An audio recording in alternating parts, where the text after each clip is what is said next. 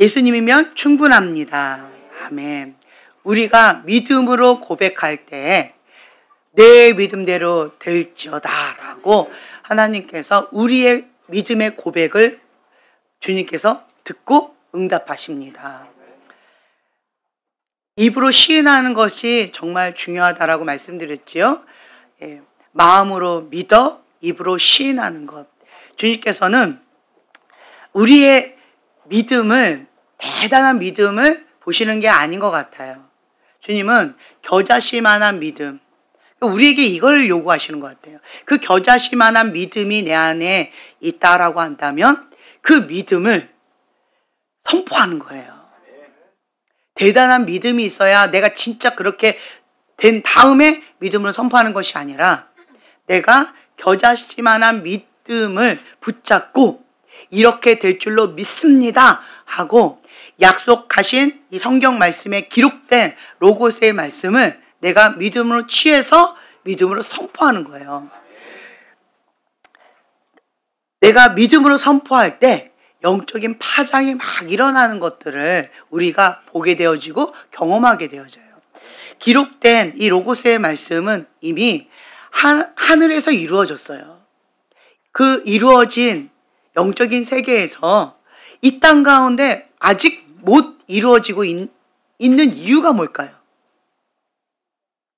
하나님은 독단적으로 행하지 않으신다고 말씀드렸죠.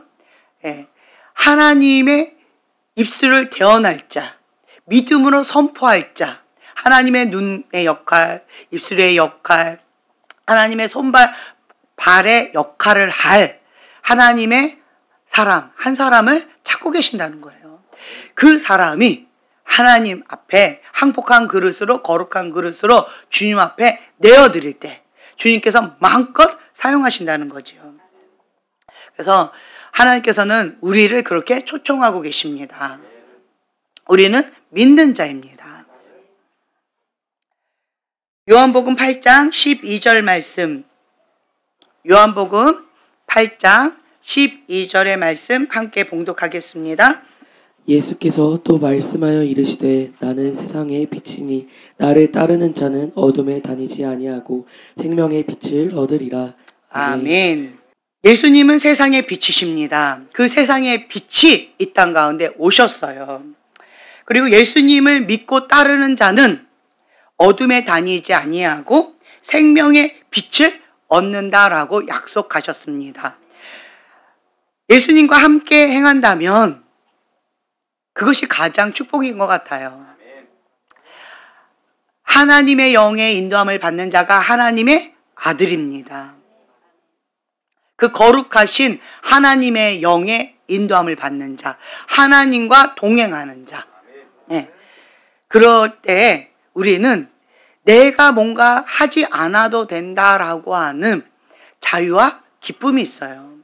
주님 안에는 주님의 영이 있는 곳에 참된 자유가 있습니다. 주님 안에 우리가 온전히 거할 때 주님께서 책임져 주셔요. 우리가 부분적으로 거하면 부분적으로 책임져 주세요. 근데 주님 안에 전부를 다 내어드리고 거하면 주님께서 전부를 다 책임져 주신다는 거예요. 예수님과 함께 한다면, 그렇다면 주님께서 우리를 먼저 하시는 작업들이 있는데 그게 뭐냐면 내 마음의 모든 것들을 좀 드러내시는, 마음의 생각을 드러내시는, 그 감찰하시는 그 하나님께서 이거를 드러내시는 그러한 것을 하신다는 거예요. 누가복음 2장에 보면은 칼이 내 마음을 찌르듯 하리라. 이는 여러 사람의 마음의 생각을 드러내려 함이니라. 칼이 내 마음을 찌르듯 하리라. 성령의 검이 찌르듯 하는 것들이 있어요. 여러분들 말씀을 들을 때 찌르는 듯한 고통과 아픔을 느낄 때가 있지요. 저 사람 나를 찌르네? 목사님이 나를 찌르네? 네, 그거는 사람이 찌르는 게 아니에요. 육으로 생각하지 마세요. 영적으로 해석하라는 거예요. 그것은 사람을 통하여 성령님이 찌르시는 거예요. 말씀의 검이 찌르는 거예요. 그럴 때 진리를 만나면 우리는 두 가지 반응을 하게 되어 있어요. 어떤 반응이에요? 가인의 분노로 화를 내거나 그거를 거부하는 완고한 마음, 완악한 마음으로 탁탁하게 그냥 이렇게 밀쳐버리는 그러한 반응이 있고요. 또 한 가지의 반응은 찔리는 그것 가운데 아프지요. 칼로 찔렸는데 칼이 내 마음을 찌르는데 그것 행복하다 이럴 사람이 어디 있어요? 아프지요. 죽을 것처럼 힘들지요. 그럴 때 어떻게 반응해요? 아멘 안 나오잖아요. 그럼 어떻게 해야 돼요? 아멘이 나올 때까지 주님 앞에 이 칼로 찔린 이 상태로 주님 앞에 나오는 거예요. 그리고 이걸 부여잡고 주님 앞에 뭐 해야 될 것 같아요? 울어야지요. 회개가 바로 나면 얼마나 행복해요. 우리 형제님은 회개가 바로 나와요. 할렐루야. 그런데 대부분의 사람들은 회개가 아니라 찔리니까 아프니까 뭐 이런저런 쓴물도 나오고 분노도 나오고 아픔도 나오고 막 여러 가지. 그게 뭐예요? 토속기도. 상하고 깨어진 그 심령을 주님 앞에 그 아픈 모습, 그 모습 그대로 주님 앞에 아프다고 그냥 토로하는 거예요. 주님의 진리의 말씀에 검이 나를 찔러서 내가 지금 현재 고통스럽습니다. 하나님의 뜻이 내 뜻과 다르다라는 것을 내가 인정할 수밖에 없습니다. 그러나 그 갭이 너무 커서 죽을 것만큼 고통스러워요. 라고 주님 앞에 정직하게 반응하는 거예요. 어린아이와 같이 반응하는 거예요. 제가 간만에 우리 형제님이 어린아이 같이 율동하면서 주님 앞에 예배 드리는 모습을 보았어요. 정말 간만이에요. 처음일까요? 간만일까요? 그것도 헷갈릴 정도로. 정말 어린아이 같이 주님 앞에 다윗처럼 그렇게 예배 드리는 거죠. 그런 모습. 내 있는 모습 그대로 주님 앞에 가는 거예요. 그것을 하나님 왜 이러실까? 나 아직 마음의 준비 안 됐는데 하나님 이건 아니지요 라고 가인의 분노를 하면서 이걸 거부 반응을 하게 되어지면 그러면 하나님을 대적하는 가인의 분노에 어떤 이러한 것들이 있지만 근데 이것 가운데 하나님 앞에 엎드려서 그리 아니하실지라도 하나님은 선하십니다. 뭔가 하나님의 뜻이 있겠지요 라고 하면서 아프니까 우는 거지요. 그렇죠? 아프니까 고통스러우니까 고함을 치는 거고 하나님 앞에 토설하는 거고 하나님 앞에 엎드려서 그냥 몸부림치는 거죠. 그러면서 뭔가 주님의 뜻이 있다는 건 알겠는데 제가 모르겠어요. 뭔지를 모르겠어요. 하면서 그냥 주님 앞에 야복강가의 야곱처럼 씨름하는 거예요. 시간 가는 줄 모르고 주님 앞에 씨름하게 되어지면 주님께서 내 마음의 생각을 드러내 주세요. 그리고 하나님께서 지혜와 계시형을 주셔서 하나님을 알게 해주셔요. 그러니까 볼 수 있는 눈, 들을 수 있는 귀, 깨닫는 마음이 있으면 돌이켜 회개하게 되어지는 거예요. 근데 완악한 마음, 그런 사람은 하나님께서 그냥 그 죄 가운데 내버려 두는 이게 저주예요. 하나님의 손이 떠나버려서 그냥 죄 가운데 방치하시고 내버려 두는 것. 내가 그냥 좀 죄를 져도 하나님 그냥 뭐라고 안 하시네. 전에는 양심 가운데 뭐 좀 힘들게 하고 찔림을 받게 해주시고 계속 이렇게 저렇게 불편함을 주셔서 마음대로 죄를 못 졌는데 이제는 내가 마음대로 죄를 짓도록 그냥 내버려 두시네. 이게 뭐예요? 저주예요. 하나님의 손이 떠난 거예요. 가장 큰 저주가 뭐예요? 내버려 두는 거예요. 내버려 두는 거. 그게 가장 큰 저주예요. 그래서 뭐 이렇게 죄를 져도 하나님이 그냥 넘어가 주시겠지. 아니요. 그러니까 죄를 사랑하는 그 마음을 완고하게 완악하게 고집부리면서 회개하기를 거부하고 있기 때문에 볼 수 있는 눈, 들을 수 있는 귀, 깨닫는 마음이 없는 거예요. 회개할 수 있는 기회를 주지 않으시는 거예요. 그게 뭐예요? 내버려 두는 거예요. 그게 가장 큰 저주라는 거예요. 가장 큰 저주가 뭐예요? 회개를 못하는 게 가장 큰 저주예요. 나는 회개 빼고 다 할 수 있어요. 그런데 왜 자꾸 회개를 강조해요? 이거는 정말 무지해도 내 백성이 무지함으로 망하는도다. 그 무지함이 그냥 방치한 가운데, 그냥 세상의 흐름 가운데, 죄 가운데 더 흡수해 가도록, 떠내려 가도록 그냥 내버려 두시는 거예요. 슬퍼해야죠. 탄식해야죠. 고통이라고 못 느끼는 거예요. 그게 저주라는 거예요. 고통이라고 느끼기 때문에 우리가 어떻게 해요? 아프니까 멈추는 거예요. 내가 내 손으로 이거 수지침 찌르는 거 할 수 있는 사람. 네. 주사바늘 내가 나를 놔요? 그거 어렵죠? 남은 잘 놓던데. 그렇죠? 네. 왜 못 놔요, 나를? 아프니까. 남은 왜 잘 나요? 내가 안 아프니까. 그 차이예요. 그러니까 내가 나를 아프니까 못하는 거예요. 그 말은 고통이 있기 때문에 내가 못하는 거예요. 고통이 없다면, 손가락이 잘리든 뭐하든 고통이 없다면 그냥 방치하는 거예요. 내버려 두는 거예요. 그것이 영적인 무감각, 이것이 저주라는 거죠. 그래서 우리는 하나님과 동행하는 자, 하나님의 영의 인도함을 받는 자가 하나님의 아들이다라고 말씀하셨는데, 그 성령님의 인도함을 받는 것이, 하나님의 영이 나와 함께하는 것이 가장 큰 축복이다라고 하는 것을 여러분들 아셔야 돼요. 다윗을 보고 하나님께서 뭐라고 말씀하셨어요? 내 마음에 합한 자다. 다윗의 한 가지 고백은 뭐였어요? 여호와의 신을 내게서 거두지 마옵소서. 뭘 보았어요, 다윗은? 부귀영화를 다 누리고 이 세상에 있는 사람들이 다 부러워하는 그 모든 것을 다 갖춘 사울왕. 모든 걸 다 갖췄잖아요. 그 사울왕. 그런데 딱 한 가지 떠났어요. 그러니까 그 사울왕의 모습이 어떤 모습이었어요? 미친 왕이잖아요. 귀신 들린 왕이잖아요. 누가 떠오르죠? 네. 정말 그것만큼 저주가 없다는 거예요.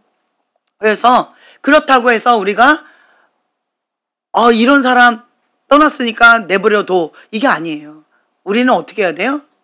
그렇죠. 사무엘처럼 간절한 마음으로 그 영혼을 향한 국률의 마음으로 계속 중보하면서 기도해야겠죠. 하나님이 그만하지 마라 라고 하시기 전까지는 계속 해야 되겠죠. 네. 어쨌든 하나님의 신이 떠난 것이 가장 큰 저주라는 거예요. 회개를 못하는 것이 가장 큰 저주라는 거예요. 그런데 어떤 분이 이런 질문을 했어요. 나는 그럼 어떡하지? 우리 아가들이 요 앞에 쪼로록 이렇게 예쁘게 있는데 너네들 지금 당장 나가서 돈 벌어 갖고 와. 담비야. 근데 이 아이들한테 바로 그렇게 하지 않아요. 너 지금 바로 좀 중학교 가가지고 거기서 1등해. 나중에 할 수 있겠지요. 그런데 지금 그것을 요구하는 부모님은 없다는 거예요. 담비가 지금 7살이죠? 네. 그러면 7살에 맞는 것을 부모님은 요구해요. 근데 만약에 나이는 7살인데 하는 짓이 5살이다 라고 한다면 부모님은 5살에 맞게끔 그것을 요구해요. 제 말 이해가 되시죠? 네. 그래서 눈높이 교육이라고 하죠. 내가 7살인데 7살에 어떤 발달이 잘 안 되고 조금 더딘 어떤 부분들이 있다라고 한다면 그 눈높이에 맞춰서 그 영역을 그렇게 맞춰줘서 이 아이가 자기 나이가 되도록 이렇게 도와주는 거. 이게 눈높이 교육이잖아요. 네. 부모님은 이렇게 하는 거지 7살짜리 보고 왜 너는 돈 안 벌어오냐? 왜 너는 중학교 가서 1등을 못하냐? 너는 왜 그거밖에 못하냐? 왜 너는 여기 오빠처럼 왜 이거 못하냐? 이런 거 요구하지 않는다는 거예요. 그래서 제가 항상 여러분들한테 말씀드리는 게 뭐냐면 내가 지금 어디에 있는지를 보시라는 거예요. 어디? 제가 지금 여기에 있는 아가부터 어르신에 이르기까지 모든 분들을 대상으로 이렇게 말씀을 선포하고 있어요. 그렇죠? 영적으로도 마찬가지인 것 같아요. 영적으로도 태아부터 이렇게 성장한 여러 가지 요 다양한 부류의 사람들을 놓고 제가 말씀을 전하고 있어요. 그러면 그것을 본인이 어디에 있는지를 봐야죠. 내가 태아다. 그러면 죽 먹으면 돼요? 고기 먹으면 돼요? 아니에요. 누굴 통해서 먹어야 돼요? 엄마를 통해서 먹어야 돼요. 내가 직접 먹으면 굉장히 위험한 거예요. 그렇죠? 예, 그렇게 먹어야 되는 거고 아가들은 죽을 먹어야죠. 그리고 요 아이들은 콕콕 씹어서 먹어야 되죠.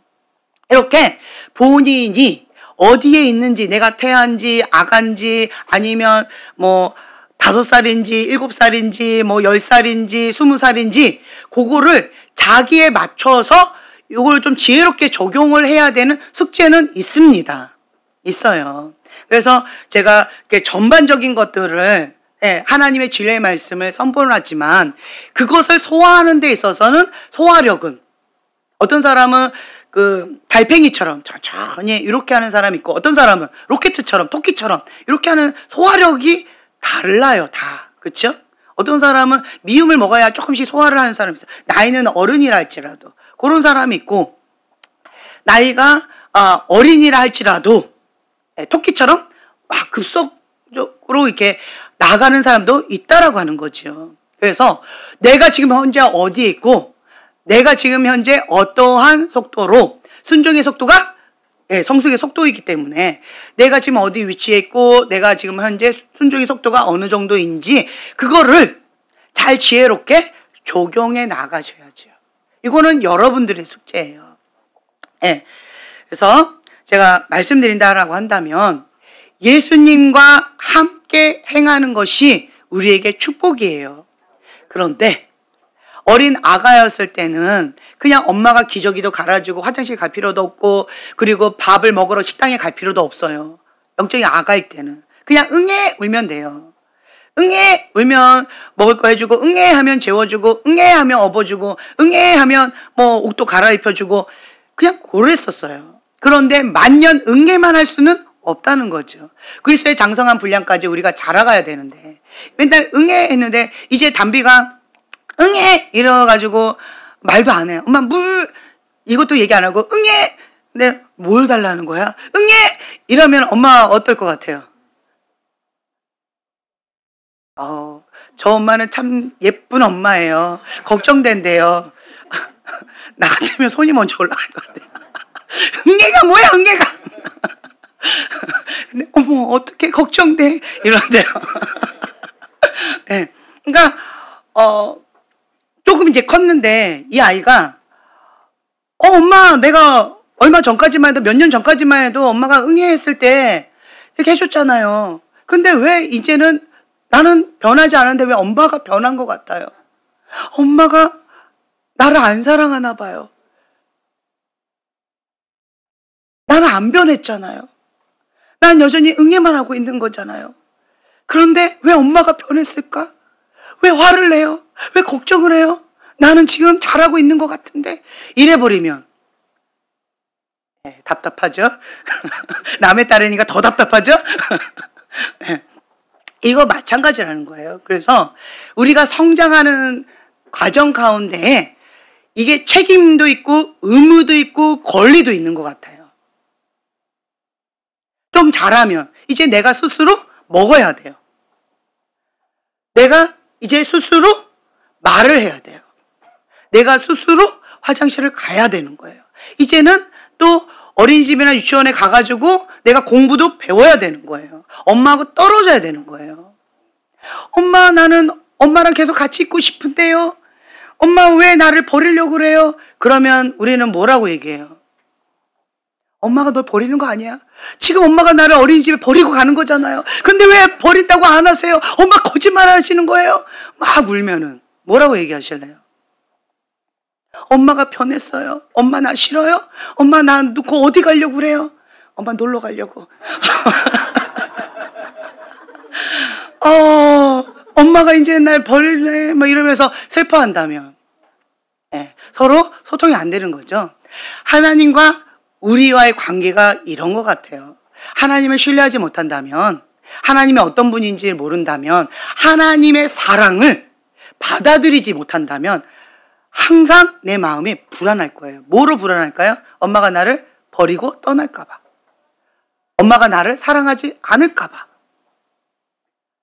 나는 여전히 나이는 먹었지만 여전히 아기 같은데, 나는 변한 게 없는데, 아직은 내가 스스로 할 수 있는 게 별로 없는 것 같은데, 엄마는 나보고 컸다고 자꾸 이것도 해보라고 저것도 해보라고 하니까 막 너무 힘들지요. 그렇다고 힘들어한다고, 아이가 힘들어한다고 엄마가 먹여줄게, 엄마가 해줄게, 엄마가 입혀줄게 이러면 이 아이는 어떻게 돼요? 아무것도 못해요. 아무것도 못해요. 근데 이 아이가 엄마 나 힘들어요 처음 하니까 힘들죠. 안 해보던 거니까 힘들죠. 어색하죠. 그리고 내가 스스로 해보려니까 어렵죠. 그리고 내가 스스로 판단하고 내가 뭔가를 결정해야 되고 내가 뭔가를 하려고 하니까 어렵고 힘들고 실수도 많이 하지요. 물도 들고 가다가 쏟기도 하고 이래저래 시행착오를 하는 거지요. 그럼에도 불구하고 그 과정은 반드시 필요하다는 거예요. 하나님은 우리에게 완벽한 인생을 요구하시는 게 아닌 것 같아요. 그냥 겨자씨만한 믿음, 그냥 그 작은 믿음을 가지고 주님 한 분만을 신뢰하고 빛으로 오신 그 주님과 동행하는 법을 배우기를 원하시는 것 같아요. 그래서 이것도 실수해보고 저것도 실수해보고 이렇게 저렇게 주님 안에서 이렇게 저렇게 시행착오를 경험하면서 뭐가 건강해져요? 내면이 건강해지는 것 같아요. 엄마가 다 해주고 큰 사람은 내면이 건강하지가 않아요. 엄마가 다 해줬는데 불편함이 없었죠. 몸은 컸는데 여전히 나는 내면이 약하기 때문에, 내가 혼자 할 수 있는 게 별로 없기 때문에, 유약하기 때문에 내면이 굉장히 약하다는 거예요. 제가 내일부터 월화수 기도학교 그 훈련을 받으러 가요. 근데 우리 팀들이 그냥 무조건 가라고 해가지고 뭔가 그렇지 가야지. 굉장히 좋았다는 거예요. 내년에 또 해야 된다는 거예요. 할렐루야. 네. 또 해야 된다는 거예요. 근데 저에게도 10년 동안 해야 될 것을 3개월에 돌파할 수 있는 강력한 돌파의 기름 부음을 그 50일 기도학교를 통하여서 제가 취하게 되어졌어요. 그리고 많은 분들이 고백이 이런저런 간증들이 참 많이 있고, 공통분모 중에 하나가 뭐냐면, 뭐가 건강해졌다? 내면이 강건해졌다는 거예요. 내면이 건강해졌다는 거예요. 옛날 같으면 이런 문제 딱 부딪혔을 때 잠수 타거나 늪에 빠져가지고 해롱해롱 했을 텐데, 그 문제 가운데 하나님의 생명의 빛 가운데에서 잘 버티고 극복해 나갔다. 이러한 고백들이 참 많이 있었어요. 예전에는 지금 이렇게 믿음의 생활하는 것 자체가 치열한 영적 전쟁이었는데 그런 것들이 이제 좀 더 수월해졌다. 믿음이 많이 성장했다는 거예요. 속사람이 강건해졌다는 거예요. 네, 감사한 거예요. 외적으로는 우리가 뭐 달라진 것이 크게 없는 듯 보였었어요. 그런데 우리의 속사람이 하나님의 영과 하나 되어져 가면서 성장해 가는, 내 안에 계신 성령님께서 더 활성화되어지면서 그렇게 우리가 속사람이 자라가고 있는 그러한 고백들이 참 많이 있었어요. 실속 있는 거죠. 너무 감사한 거죠. 그래서 저는 그 부분에 있어서 우리의 생각과 하나님의 생각이 항상 다를 것이다. 99% 다를 것이다. 라고 아예 마음을 비우니까 하나님의 뜻과 내 뜻이 다를 때 뭐 당연한 거지. 그러면 우린 뭐 해야 돼요? 그렇죠. 버리고 하나님 뜻에 딱 순종하는 것밖에 없어요. 제가 언제였나요? 수요일이었나요? 금요일날 배평집 얘기했잖아요. 근데 하나님께서 그거 정력이다 하지 말아라 라고 했을 때 제가 그러면 언젠가는 하나님 나 다시 기도할 수 있는 날이 올 때 다시 기도할게요 하고 제가 버리지는 않고 주머니에 다시 집어넣었단 말이에요. 근데 하나님께서 제 마음 가운데 그거 주머니에 넣지 말고 그냥 아예 버려라 이 마음을 주시더라고요. 네, 그게 어떤 마음이냐라고 했을 때 죄를 지을 수 있는 준비된 상태인데 내가 단지 짓지 않는 것. 그게 뭐다? 일시정지다. 이거는 회개다, 회개가 아니다. 회개가 아니다. 내가 버려서 죄를 짓고 싶어도 죄를 지을 수 없는 환경과 조건이 만들어졌을 때 그게 진정한 회개라는 거예요. 그리고 진정한 회개를 했을 때 이 마음으로도 죄를 짓고 싶은 마음이 없겠죠. 그것이 진정한 회개라는 거예요. 네. 그래서 제 마음 가운데 그냥 버려라. 그리고 언젠가 하나님께서 주시면 감사함으로 받을 수는 있겠지만 하나님께서 말씀하지 않으시는 그런 상황 가운데서 이제는 더 이상 그냥 이삭처럼 하나님 앞에 번제물로 그냥 올려드려라. 그냥 다 태워서 없어지는 거예요. 아무것도 없는 거예요. 그렇게 주님 앞에 그냥 드리라는 거예요. 버리라는 거예요. 그것이 진정한 회개고 하나님께서 말씀하실 때는 그것이 순종이다라고 하는 마음을 주셨어요. 그래서 제가 깨닫는 것 중에 하나가 정말 믿음 생활은 깔끔하구나. 네, 지저분한 거 이거 이게 맞나 저게 맞나 막 이 머리 돌리기 이렇게 지저분하게 신앙생활하는 게 아니구나. 그냥 깔끔하구나. 그래서 어떤 부분에 있어서 우리 이제 완벽주의 흑백 논리인 사람들은 깔끔하잖아요. 뭐 아니면 도. 아 그래. 그냥 우리 색깔대로 그냥 신앙생활하면 편하겠구나. 잔머리 안 굴리고 그냥 가면 되겠구나. 아 아멘. 단순하게 좋다. 이제 이런 마음이 들면서 좀 홀가분해진 그런 마음도 있더라고요.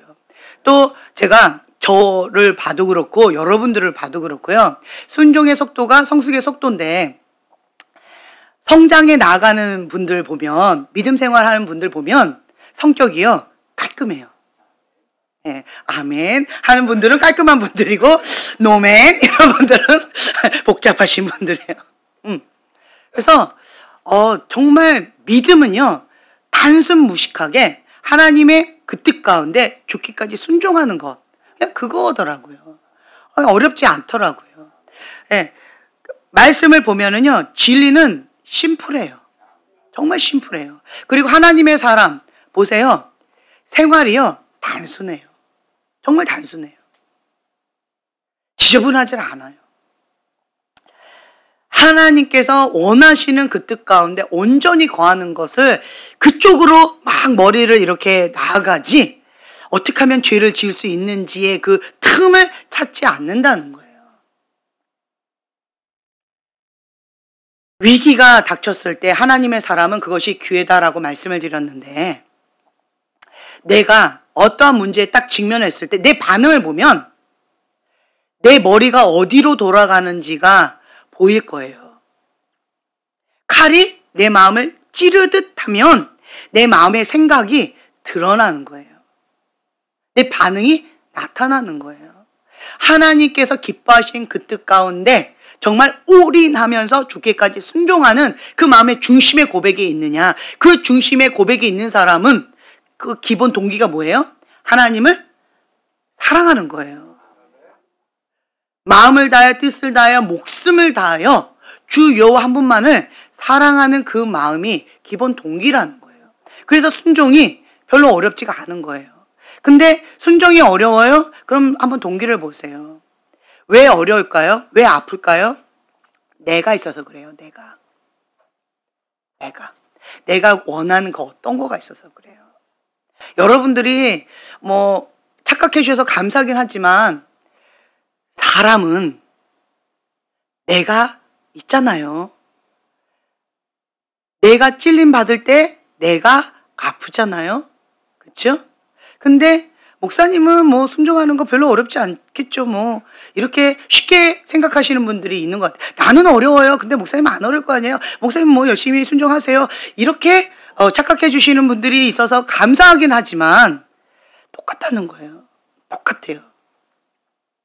똑같이 자기를 부인하고 자기 십자가를 지고 예수님의 제자의 삶을 살아가는 것이고 날마다 나를 죽이는 거예요. 내가 죽어야 내 안에 예수님이 사신다. 그것이 똑같이 적용되는 거예요. 다만 차이가 있다라고 한다면 저는 이것을 많이 훈련했다. 오랫동안 거의 한 20여 년 훈련을 했잖아요. 20여 년 동안 날마다 죽노라 라고 하는 그 훈련을 하다 보니까 이제는 좋은 습관이 만들어진 거죠. 그래서 그 날마다 나를 죽이는 것이 좀 더 수월해졌을 뿐이지 아프지요. 고통스럽죠. 나를 죽이는데 행복해라 이러지 않거든요. 죽는데 아프지요. 죽을 것 같이 아프지요. 똑같다는 거예요. 예수님도 마찬가지인 것 같아요. 인간의 모습으로 오신 그 예수님이 나 때문에 그 고난과 고통 다 짊어지시고 십자가에 못 박혀 나의 죄를 다 가져가셨어요. 그것 때문에 내가 하나님의 자녀가 되어졌고 그것 때문에 내가 예수님의 이름을 명할 때 어둠이 떠나가는 거예요.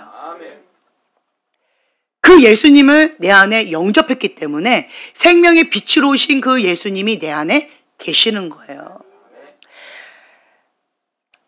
예수님은 세상의 빛이니 나를 따르는 자는 어둠에 다니지 아니하고 예수님을 따르는 자는요 어둠 가운데 거하지 않는다.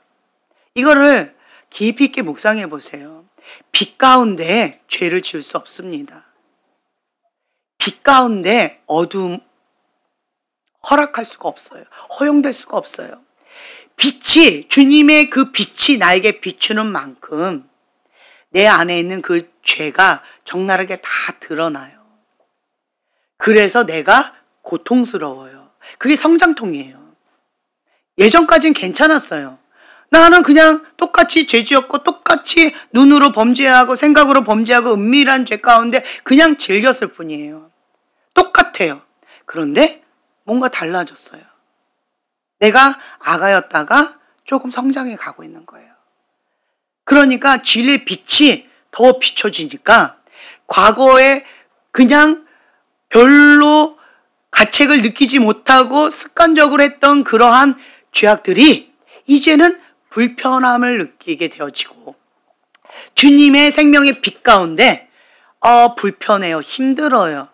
게다가 말씀의 검으로 계속 자주 찔리네.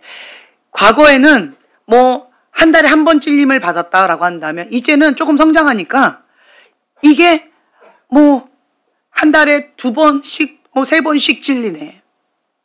계속 성장하다 보면 이것이 하루에도 여러 번 찔릴 때가 있네. 그러니까 고통스럽고 힘겹고 몸부림치고 뭔가 이거 성령님께서 기뻐하시는 거고 이거는 내가 원하는 거고 막 힘겹고 여기에서 영적 전쟁이 일어나고 여기서 영적 전쟁이 일어나고 이러는 거죠.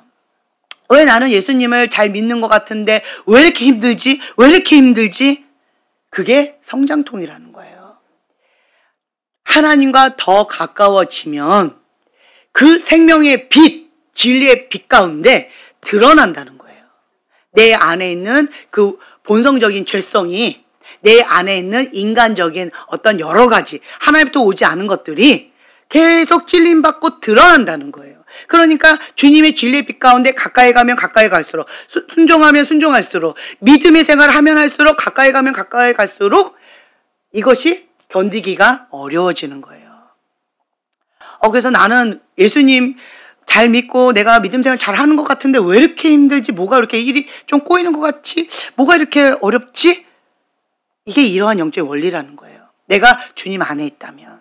내가 지금 하나님과 동행하면서 제대로 믿음 생활을 하고 있다면 이러한 성장통이라는 거예요.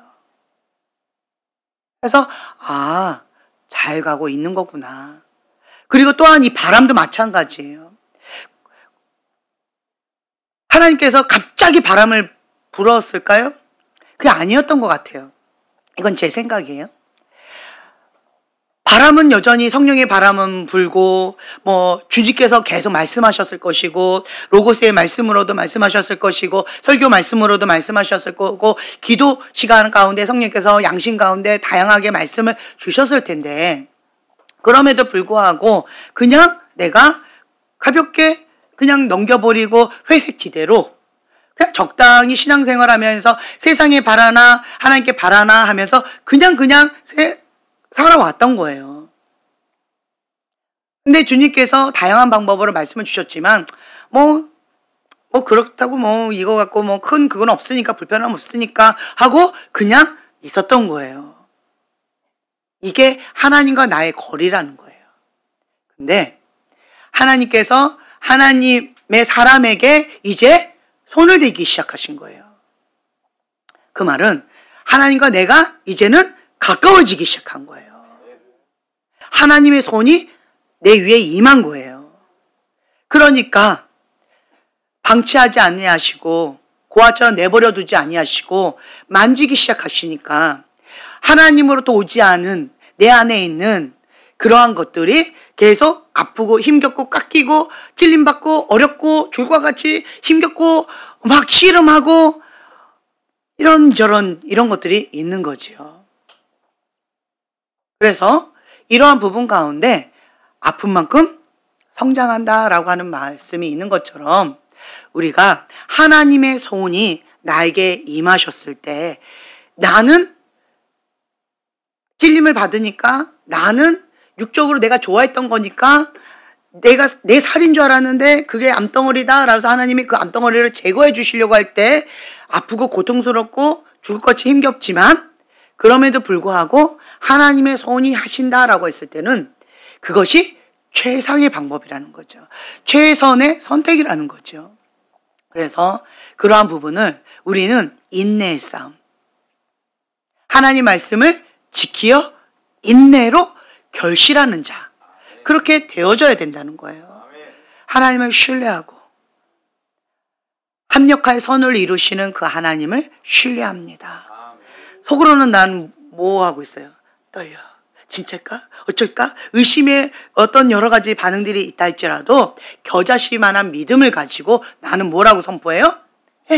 합력하여 선을 이루실 그 하나님을 신뢰합니다 라고 입술로 계속 시인하고 고백하고 선포하는 거예요. 그러면 말씀, 믿음은 들음에서, 들음은 하나님의 말씀으로, 그러니까 말씀을 붙잡고 내가 믿음을 선포하게 되어지면 정말 신기한 게요. 믿음이 조금씩 콩나물처럼 조금씩 자라가게 되어지고요. 그리고 또 순종하면 또 성령님께서 기뻐하시니까 성령께 더 민감해지고, 그리고 순종하면 또 성령의 열매를 맺게 되잖아요. 그 열매로 말미암아서 내 안에 있는 믿음이 계속 자라가게 되어진다는 거예요.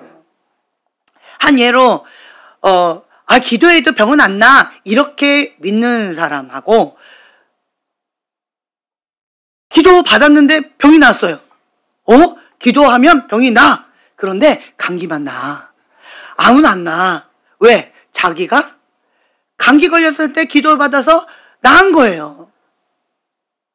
암은 안 나. 왜? 내가 그거는 경험을 안 해본 거예요. 근데 어떤 사람은 감기는 안 났던데 허리는 나. 왜 그럴까요? 그 사람은 이렇게 좀 들어가 보잖아요. 그러면 본인이 기도받고 허리가 나은 경험이 있든가, 아니면 누군가 기도받고 허리가 나은 것을 보았든가, 그것을 통하여서 경험으로 직접적이든 간접적이든 그 경험을 통해서 믿음이 들어간 거예요. 그러니까 기도받으면 허리는 낫는다, 이런 식으로. 그래서 사역자 중에서도요, 허리 전문 사역자, 감기 전문 사역자, 이런 거 들어보신 적 있죠? 그게 자기 믿음인 거예요. 하나님은 백지수표신데 자기 믿음대로 되어지는 거예요. 내 믿음대로 될지어다. 네. 백부장의 믿음. 어떤 믿음이든 그냥 내 믿음대로 될지어다고 하나님께서는 존중해 주신다는 거죠. 그래서 우리는 그 경험을 통하여서 믿음이 또 자라가게 되어져요. 여러분, 속사람 치유받으면 치유가 되고 성령님께서 영적인 수술을 해주신다 라고 믿는 사람이 있고요, 믿지 않는 사람이 있어요. 그리고 우리가 사역을 받으면 비포 애프터 달라진다, 믿는 사람이 있고 안 믿는 사람이 있어요. 다양해요. 왜 그럴까요? 자기 믿음인 거예요. 자기 믿음. 믿음을 더 끌어당기는 사람이 있어요. 그리고 믿음을 자꾸 축소하면서 죽이는 사람이 있어요. 순종의 속도가 성숙의 속도예요. 하나님과 나 사이에 뭔가가 걸려 있으면 그것이 탁탁 걸릴 때마다 계속 이 쳇바퀴 도는 어떤 것들이 있어요. 하나님과 나 사이에 해결해야 될 숙제가 있는 거죠.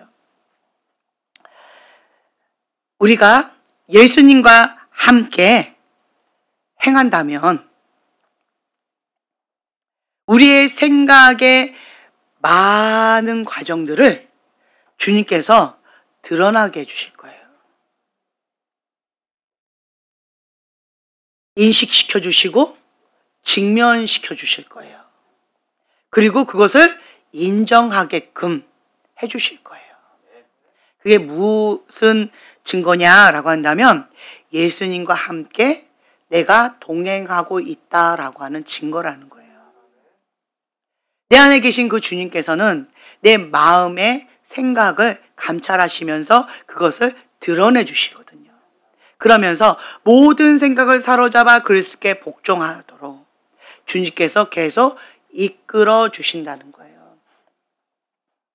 밝은 빛 가운데 계속 드러내 주시는 거예요.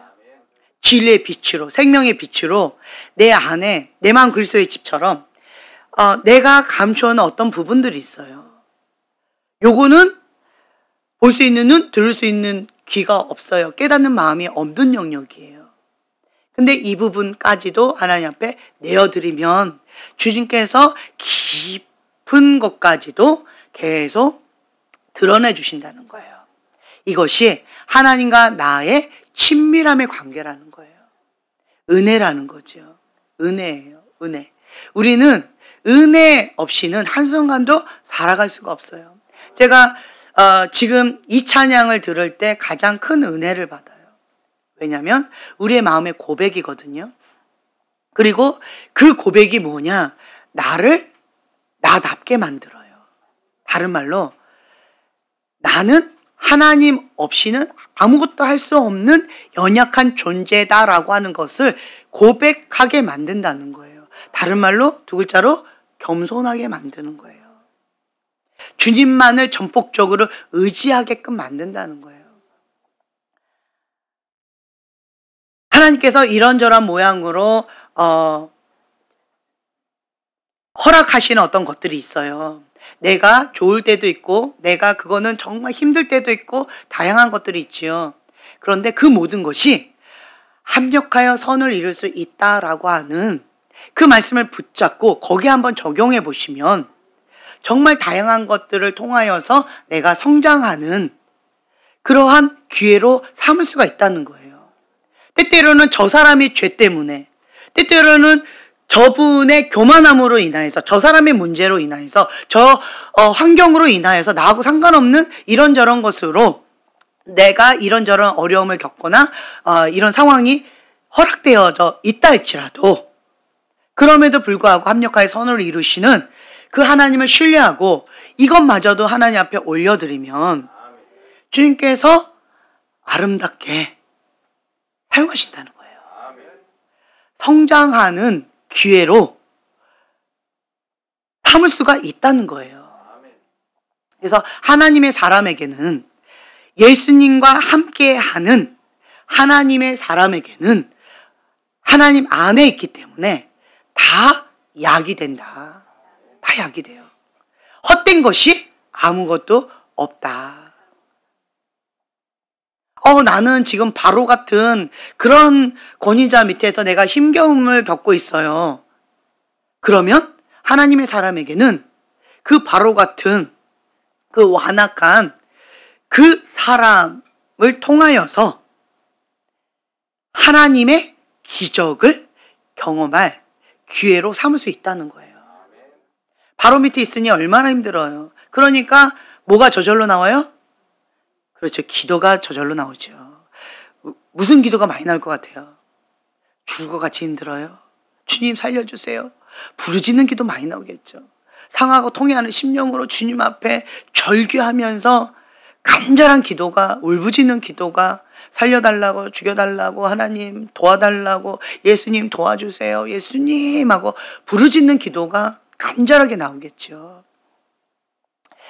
그것마저도 하나님께 드리면 내가 하나님의 사람으로서 단단해져 가는 기회가 되어진다는 거예요. 그리고 그것을 통하여서 생명의 빛이신 예수님께 더 가까이 나아갈 수가 있는 거예요. 제가 예전에도 그 얘기를 했던 것 같은데, 강사분이 눈을 감아보세요. 예수님과 가장 친밀했던 그 시간으로 지금 갑니다 라고 하는데, 제가 결혼했던 초로 갔어요. 근데 인간적으로는 그때가 가장 힘들었거든요. 지금은 또 다른 시즌으로 갈 것 같아요. 그때는 이제는 안 힘들어요. 요 근래로 갈 것 같아요. 어찌됐든 네, 그때 당시 이게 아주 꽤 오래됐죠. 아주 오래됐어요. 10년 이상 된 것 같아요. 그때 당시에 예수님과 가장 친밀했던 그 시간으로 한번 가보세요 라고 했는데 그때로 간 거예요.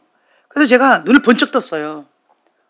이거 잘못 가는 것 같아요. 그래서 제가 그 강사분한테 제가 좀 잘못 간 것 같아요. 이게 뭔지 사단이 방해하는 건지. 왜냐하면 내 기억으로는 그때가 가장 지옥이었거든요. 그때가. 근데 하나님과 가장 친밀했던 시간으로 가세요 하는데 내 영이 그때로 훅 가버린 거예요. 이거 뭔가 잘못된 것 같아요. 이거는 좀 아닌 것 같아요. 라고 제가 질문했는데 그분이 그러시더라고요. 하나님과 가장 친밀했던 그 시점이 환경적으로는 가장 어려웠던 시즌일 수도 있어요. 그 얘기를 해주더라고요. 그래서 그렇구나. 왜요?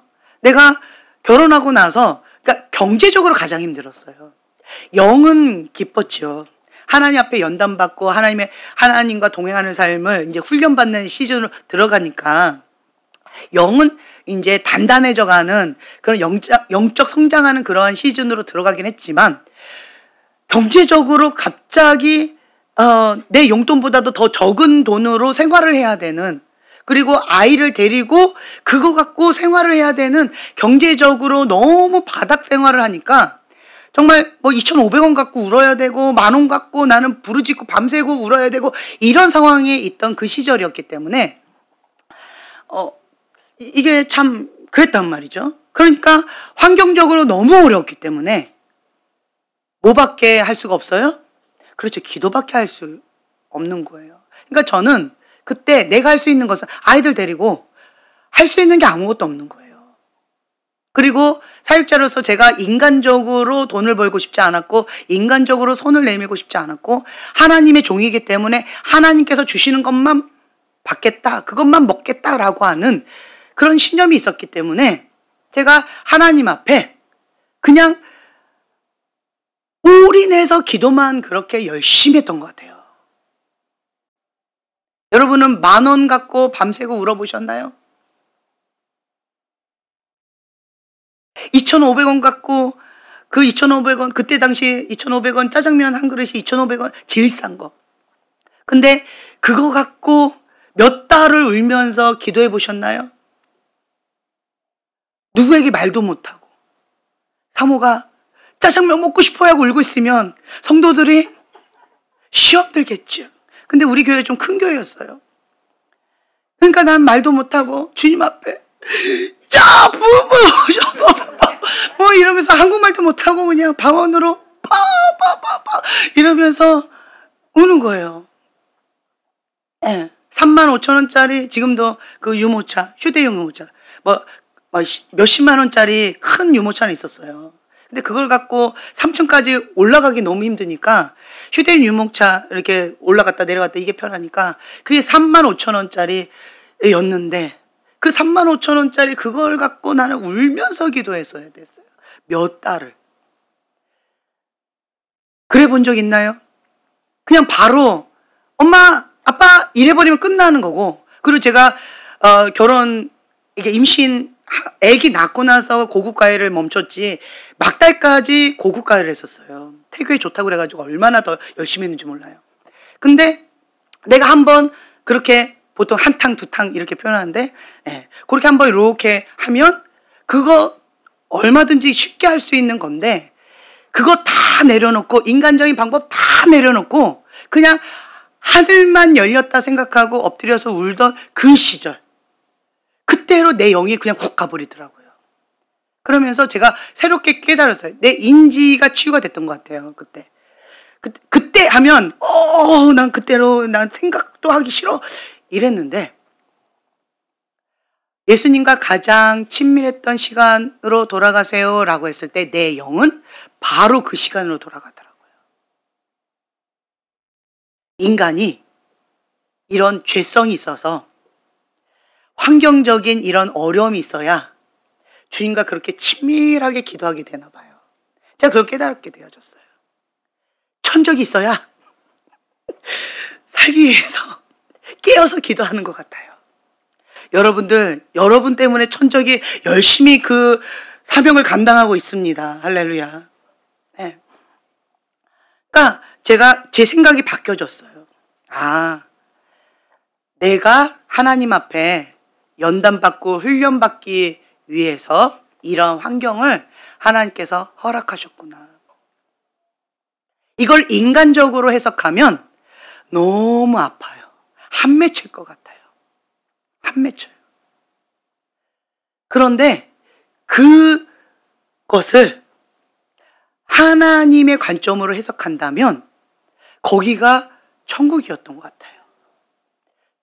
그러니까 주님과 깊은 교제 가운데 너무 친밀한 가운데 행복했던 순간순간들, 그러한 시간을 보냈기 때문에 그때 내 안에 믿음이 생겼어요. 어떤 믿음이냐? 진짜 지금 현재 쥐뿔도 없거든요. 그런데 기도하면 되지. 이런 믿음이 있어요. 또 지금 뭐 여러 가지 막 돈이 필요한 어떤 것들이 있어요. 뭐 이렇게 바꾸는 데 있어서. 그러면 하나님의 뜻인지 아닌지 그거를 기도하는 거에 모든 에너지를 쏟지, 내가 돈이 있느냐 없느냐 요거는 기도를 별로 안 해요. 먼저 하나님의 뜻이다라고 하는 그거를 제가 응답을 받잖아요. 그러면 다음은 뭐 하면 돼요? 기도하면 하나님이 채워주신다는 거예요. 그래서 제 안에는 그때 10년 동안 그렇게 하나님 앞에 울부짖으면서 기도했던 그 시간이 내 안에 믿음으로 자라갔던 것 같아요. 단단하게. 그래서 아무것도 그냥 사면초가 하늘만 열려있다. 기도하면 되지. 하나님의 뜻이면 하나님 책임지시지. 이러한 믿음으로 담대하게 밀어붙일 수 있는 그게 제 안에 생기더라고요. 그래서 믿음은 이러한 하나님과의 친밀한 관계를 통하여서 내 안에 차곡차곡 세워져 가는 것 같아요. 하나님의 뜻이냐 아니냐 이게 정말 중요하다.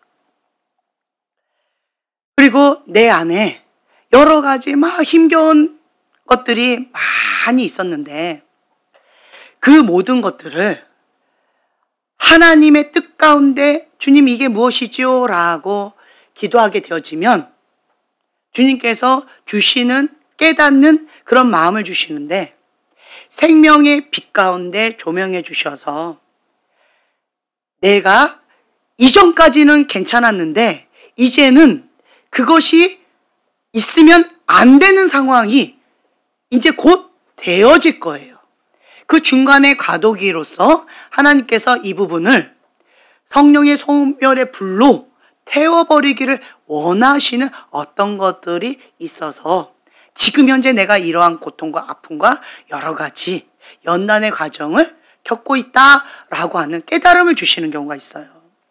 그러면 지금 현재 고통은, 지금 현재 환경은 힘들고 아프고 그놈이 나쁜 놈이고 그놈이 죽일 놈이고 악한 그러한 인간 같지 않은 짐승이다 라고 내가 느낀다 할지라도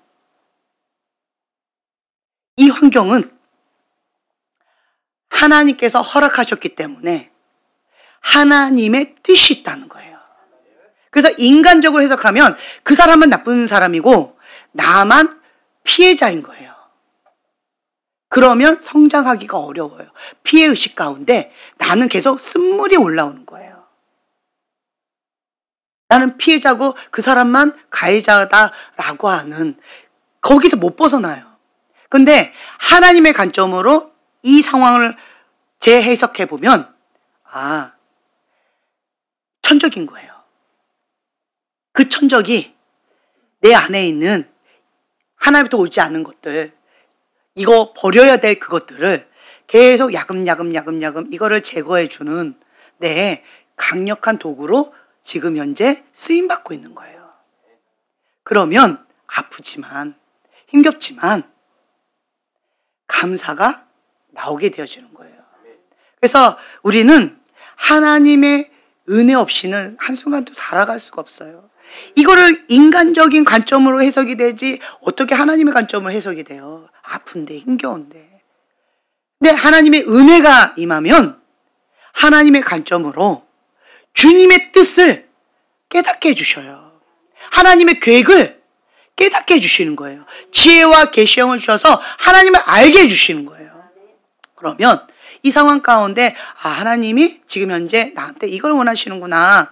그러면 그 부분 가운데 내가 좀 더 마음을 쏟아서 하나님 앞에 더 힘을 합해서 같이 나가는 거예요.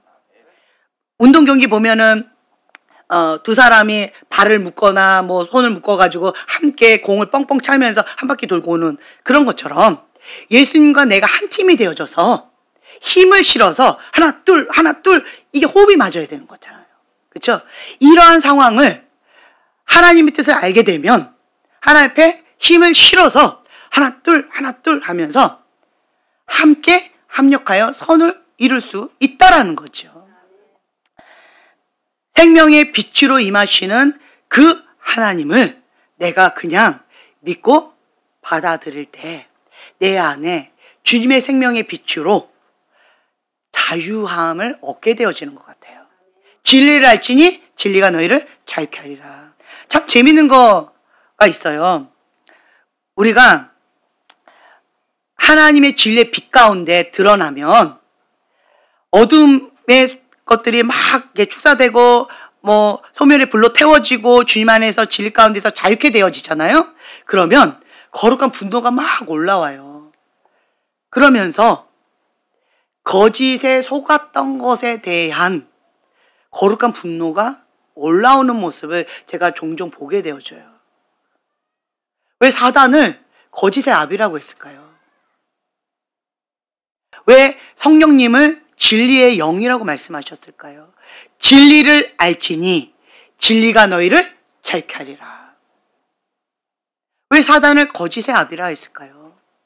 그리고 사단의 이리저리 고통을 당하고 있는 사람 보면 여기가 미혹의 영 가운데 잡혀있는 사람이 있어요. 그리고 또 어떤 사람은 머리가 막 아프다고 하는 사람이 있어요. 그리고 여기가 막 혼동스러운 사람이 있어요. 그거는 영적으로 이렇게 하는 건데 그게 뭘까요? 미혹의 영, 거짓의 아비, 거짓말, 거짓 메시지. 그걸로 나를 혼미케 해서 사단이 원하는 방향으로 끌고 가고 있는 그건 거예요. 근데 그 정체가 드러났죠. 이 머리 아프다. 깨지듯이 아프다. 이게 지금 내가 생각으로 많이 속고 있다는 거예요. 그것을 건들면 하나님의 진리의 말씀과 그 거짓 사업이 사단이 충돌하니까 깨질 듯이 아픈 거예요. 진리의 말씀이 들어가면 머리가 깨질 듯이 아프다라고 하는 것은 지금 내가 사단한테 이 머리가 점령을 많이 당했구나. 거짓말에 내가 지금 속아서 이렇게 가고 있어도 모르고 있었구나. 그걸 깨달으셔야 돼요. 그리고 여기가 막 혼동스럽고 멍하고 띵, 이것도 마찬가지예요. 사단이 여기를 많이 공격한 거예요. 진리를 알지니 진리가 너희를 자유케 하리라. 또 왜 구원의 투구라고 했을까요? 구원의 투구예요. 여기가 하나님께 점령을 당해야 돼요. 여기가 하나님의 말씀으로 사로잡아야 돼요. 근데 그렇지 못하면 구원의 투구 어려운 거예요. 그래서 우리는 진리의 말씀 가운데 모든 생각을 사로잡아 그리스도께 복종하면서 피를까지 쌓는 거예요. 힘들어. 물론 힘들지요. 왜 힘들까요? 그 전까지 사단이 점령하고 있었는데 하나님께로 가려고 하는데 얘가 가만히 내버려 두나요? 아니죠. 물귀신 작전. 가만히 안 내버려 둬요. 끝까지 아주 잔인할 만큼 우는 사자와 같이 삼킬 자를 찾는 데잖아요. 얼마나 잔인하고 그런데요. 교활한데요. 그래서 우리는 깨어 있어야 돼요. 깨어서 끝까지 승리하고 끝까지 주님 앞에 승리의 깃발, 거룩의 깃발 꽂고 나가야 된다는 거죠. 가장 먼저 우리가 해야 될 것은 무엇이냐라고 한다면 하나님께서 행하시는 것들, 영적인 원리들을 모른다 할지라도 주님께서 지금 뭔가 역사하고 계신 거, 하나님의 손이 나와 함께하고 계시는구나. 이거 그냥 신뢰하시고 내가 주님 안에 있는지 주님 밖에 있는지 그것만 분간하실 줄 알면 돼요. 내가 주님 밖에 있다. 그런데 고통스럽다. 당연한 거죠. 내가 주님 안에 있다. 그런데 고통스럽다. 이거는 주님 안에 있는데 고통스럽다라고 했을 때 내가 주님 바깥으로 나가려고 해서 고통스러운 건지 주님께로 내가 더 가까이 나가려고 하니까 이 안에 있는 어두움들이 고통스러워하고 있는 건지 이거를 분간하셔야 돼요. 그러면 주님 안에서 내가 가까이 가고 있는데 고통스럽다라고 하는 것은 내가 고통스러운 거예요? 내 안에 있는 악한 영이 고통스러워하는 거예요? 그렇죠. 그걸 분간하시면 돼요. 그건 내가 고통스러워하는 게 아니에요. 내가 고통스러워하는 게 아니에요. 그런데 이게 분간이 안 되니까 내가 고통스러운 줄 알고 내가 막 힘들어서 난리가 나는 경우들이 많이 있어요. 그거 아니라는 거예요. 그거를 분리하시라는 거예요. 내가 주님 앞에 가고 있는데 고통스럽다. 그거는 불법이에요. 내 안에 불법이 자리 잡고 있는 그것이 고통스러워하고 있는 거기 때문에 그 고통스러운 그것이 주님 앞에 더 가려고 하니까 얘가 못 견뎌서 나갈 준비를 하고 있는 거예요. 고통스러워요? 이게 뭐지? 주님 이거를 드러내달라고. 그 생명의 빛으로 진리의 빛으로 드러내달라고. 주님 앞에 기도하면 주님께서 이거를 드러내 주셔요. 칼이 내 마음을 찌르듯 하리라. 마음의 생각을 드러내는 거예요. 이걸 드러내 주시는 거예요. 그럴 때 이게 내가 아니구나. 난 줄 알았는데 이게 다른 악한 영이었구나. 얘를 예수의 이름으로 극렬히 미워하면서 대적하고 쫓아내버리셔야 돼요. 그러면 걔가 나가요. 때때로는 이것이 미움의 영일 수도 있고요. 분노의 영, 가인의 분노, 억울함의 영, 혹은 용서치 못하는 것, 아니면 음란함, 기타 등등 여러 가지가 있을 수 있어요. 내가 음란을 막 좋아하는 걸로, 그래서 내가 음란한 놈인 줄 알고 내가 그렇게 밝히는 사람이라고 생각하는 경우도 있을 수 있어요. 근데 그거 아니에요.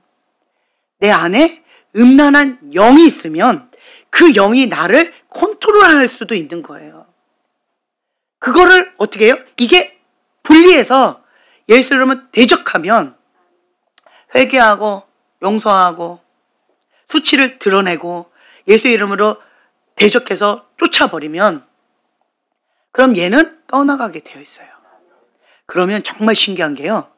그 영이 떠나가면 그 전까지는 그 영이 시키는 그게 난 줄 알았다가 얘가 떠나가니까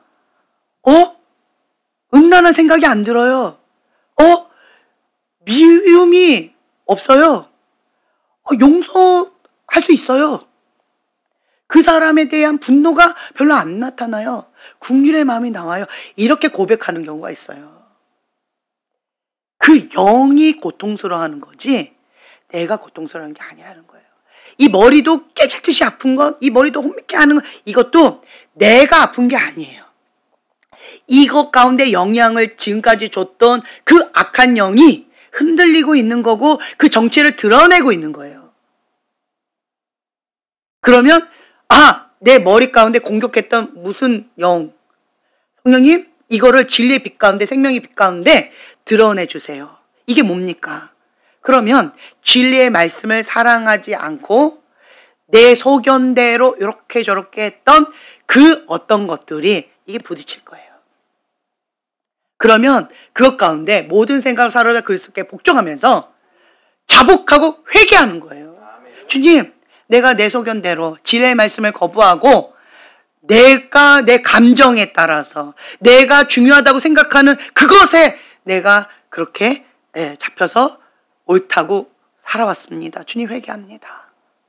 주님의 말씀이 생명입니다. 주님의 말씀이 진리입니다. 라고 고백하고 회개하고 모든 생각을 사로잡아 그리스도께 복종을 하는 거예요. 그러고 나서 예수 이름 떠나가라 하면 이것이 떠나갈 수밖에 없던 거예요. 근데 그거 하려면 버텨야 되는 거예요. 영적 수술인 거예요. 얘만 여기서 떠나가게끔 하는 영적 수술이에요. 고통스러워요. 근데 걔가 고통스러워하는 거지 내가 고통스러운 건 아닌데 걔하고 나하고 하나 된 것 같은 일치된 어떤 것 분리가 되지 않았기 때문에 내가 그 고통을 느끼는 것 뿐이에요. 분리가 되죠. 걔는 고통스러워서 떠나갈 수밖에 없는데 나는 고통이 하나도 안 느껴져요.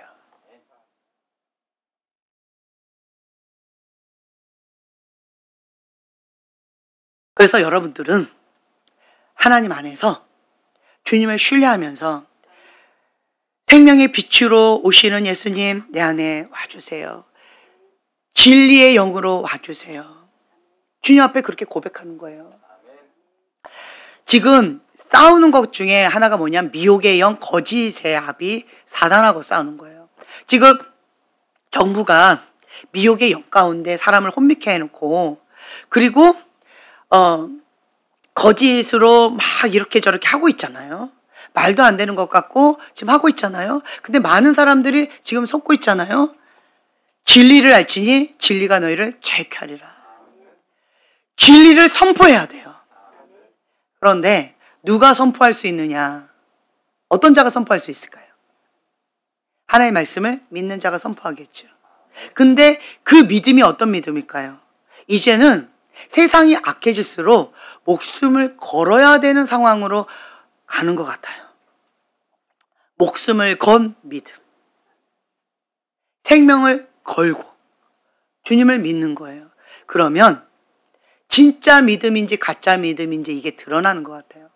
정말 천국이 있는지 지옥이 있는지 그걸 내가 믿고 있는 자인지 예수님이 계신지 안 계신지 그거를 믿고 있는 자인지 아닌지 무늬만 크리스찬인지 아닌지 이것이 적나라하게 다 드러난다는 거예요.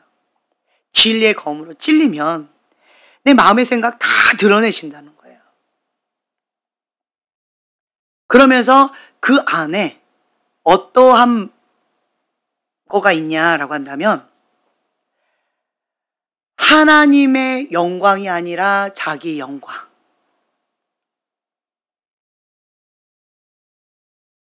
하나님을 두려워하는 것이 아니라 사람을 두려워하는 것. 내 안에 그런 것들이 이게 드러난다는 거예요. 그래서 지금은 하나님 앞에 단단하게 믿음이 더 단단해지는 그러한 시즌이라는 거죠. 하나님 앞에 쓰임받을 준비를 하셔야 돼요. 잘 모르겠어요. 근데 제가 그때 말씀드린 것처럼 2010년도부터 2021년도까지 였고 2021년도부터 한 한 2027년도 그때쯤까지 여기서 한 5년 정도 막 훈련을 하고, 그리고 그때쯤에 뭐가 일어날 것 같아요. 뭔지를 모르겠어요. 그래서 우리가 하나님 앞에 깨어서 기도해야 될 것 같고, 지금은 열처녀와 같은 시즌인 것 같아요. 미련한 5처녀와 지혜로운 5처녀.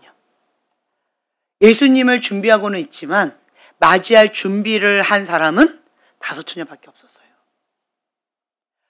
예수님 오시라고 그렇게 기도는 하고 있었지만 나머지 미련한 5처녀는 예수님 오시면 그 안에 있는 적나라하게 다 드러나서 어려움을 겪게 될 사람도 있을 수 있다라는 거예요. 그래서 지금은 깨어 있어야 된대요. 깨어 있어야 돼요. 저는 하나님 앞에 마지막 때에 쓰임 받을 수 있는 그러한 하나님의 사람으로 주님께서 지금 계속 빚으시면서 준비하고 계시는데, 이제 머지않았다라는 마음이 들어요. 정확한 날짜는 모르겠고 정확한 그건 모르겠어요. 하지만 대충 그냥 그쯤일 것 같아요. 2027년도쯤? 네. 그러면 얼마 안 남았어요. 그렇죠? 플러스 마이너스. 뭐가 어떻게 될지 저도 모르겠어요. 하지만 제가 그때 봤던 것은 그때도 말씀드렸죠. 여기를 통과하면 하나님께서 그러니까 거룩한 흰 옷으로 옷이 바뀌어서 올라가면서, 그러면서 하늘에서 음성이 들렸어요. 10골을 다스리라. 그랬더니 세상을 향해서 짠 하고 준비하는 그 모습. 그리고 이제는 예수님과 함께 파송을 받는 거예요. 7대 영역 가운데. 근데 밑바닥이 아니에요. 리더십, 그 꼭대기였어요. 거기에서 예수님과 함께 통치하고 다스리는 영역인 거예요. 파송을 받는 거예요. 그것을 2008년도에 봤다라고 말씀드렸잖아요. 네. 근데 그것이 이제는 머지않았어요. 이게 이 정도다 그러면 이게 이 정도밖에 안 되니까 얼마 안 남은 거예요. 그렇죠? 얘보다는 작았잖아요. 요만큼이었어요. 비례하다면. 한 10대 7 정도, 8 정도, 요 정도밖에 안 되니까 머지않았다는 거죠. 그래서 여러분들은 하나님 앞에 깨어 있어서 주님께서 내 안에 다 버리고자 하시는 것들을 다 날려보내셨으면 좋겠고, 네. 그리고 하나님으로부터 오는 것만 내가 취하고, 그리고 이거를 날려보낼 때 그 거짓의 합의, 이게 가장 좀 센 것 같아요. 거짓말. 이게 난지 넌지 분간을 못하게 하는 것들. 이거를 분리해서 대적해서 쫓아내버리면 끝나는 싸움인데, 이게 미혹하고 속이고 거짓말로 하니까, 여기가 거짓말로 속기 때문에 그냥 당하는 거예요. 정말 재미있어요. 그리고 제가 2005년도쯤인가 2006년도쯤에 봤던 그림은 많은 하나님의 군대들이 사단한테 포로로 잡혀가는데 다 뭘 하고 있었냐면, 양인데 늑대의 탈을 썼어요. 그리고 한두 마리의 늑대들이, 진짜 늑대죠. 한두 마리의 늑대들이 앞쪽에서 뒤쪽에서 아주 많은 양들을 다 양의 탈을 씌워놓고는 너는 늑대야, 너는 늑대야. 그러니까 넌 늑대처럼 가야 돼. 라고 하면서 끌고 가는 모습을 보았어요. 그래서 제가 그때 그들을 보였더니 산꼭대기에서 봤을 때는 늑대처럼 보였어요. 늑대의 탈을 썼으니까. 늑대 군단이 가는 줄 알았어요. 근데 이렇게 해서 보니까 다 양이에요. 진짜 늑대는 몇 마리 없어요. 그래서 제가 거기 살짝 가가지고 머리를 막 때렸어요. 정신 차려. 너는 늑대가 아니야. 양이야. 정신 차려. 하고 막 때려가지고, 그러니까 훅 하더니 늑대 탈이 훅 벗겨지더라고요. 머리 살짝만 흔들었는데도 그 사람이 그냥 늑대 탈이 그냥 훅 벗겨지는 거예요. 그러더니 여기가 어디지? 내가 지금 어디로 가고 있지? 이게 뭐지? 이러고 있더라고요. 정신 차리라고. 빨리 여기를 나와야 된다고. 이제 이런 것들이 있었어요. 근데 지금 제가 이게 또 떠올라요. 지금은 내가 지금 뭔지를 알아야 되고 분별해야 되고 거짓에 속지 마셔야 돼요. 거짓의 압이 사단이에요. 그것을 예수의 이름으로 대적해 하셔야 돼요. 진리를 알지니 진리가 너희를 자유케 하리라. 내 안에 진리의 영으로 임하게 해달라고. 하나님의 영은 진리의 영이에요. 그래서 우리 안에 진리로 충만케 하셔서 하나님의 영이 있는 곳에 참된 자유가 있습니다. 기쁨이 있어요. 생명이 있어요. 하나님께서 우리에게 주시고자 하는 것은 풍성한 거예요. 풍성한 생명을 더 주기를 원하시는 그 하나님을 신뢰하고 하나님 바라보고 그렇게 새롭게 출발하시는 저와 여러분 되시길 예수님의 이름으로 축복합니다. 네, 기도하고 마치겠습니다. 세상의 빛으로 오신 예수님, 예수님을 따르는 자는 어둠에 다니지 아니하고 생명의 빛을 얻으리라 약속하셨습니다. 주님, 생명의 빛으로 내 안에 오시고 우리와 함께하여 주셔서 예수님과 함께하는 자들에게 주시는 그 특권을 우리 글로벌 파이어 모든 식구들이 다 누릴 수 있도록 축복하여 주시옵소서. 감사드리며 예수님의 이름으로 기도합니다. 아멘.